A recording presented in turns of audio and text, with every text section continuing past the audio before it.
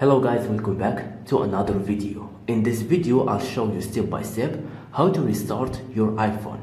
If you enjoy this content, make sure to like and subscribe, and let's get started.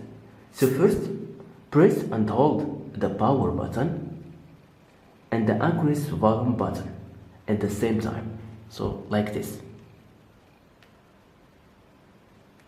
Then slide to power off.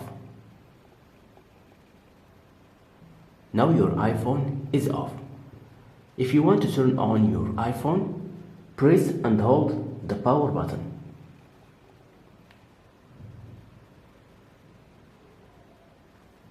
And wait until your iPhone turns on.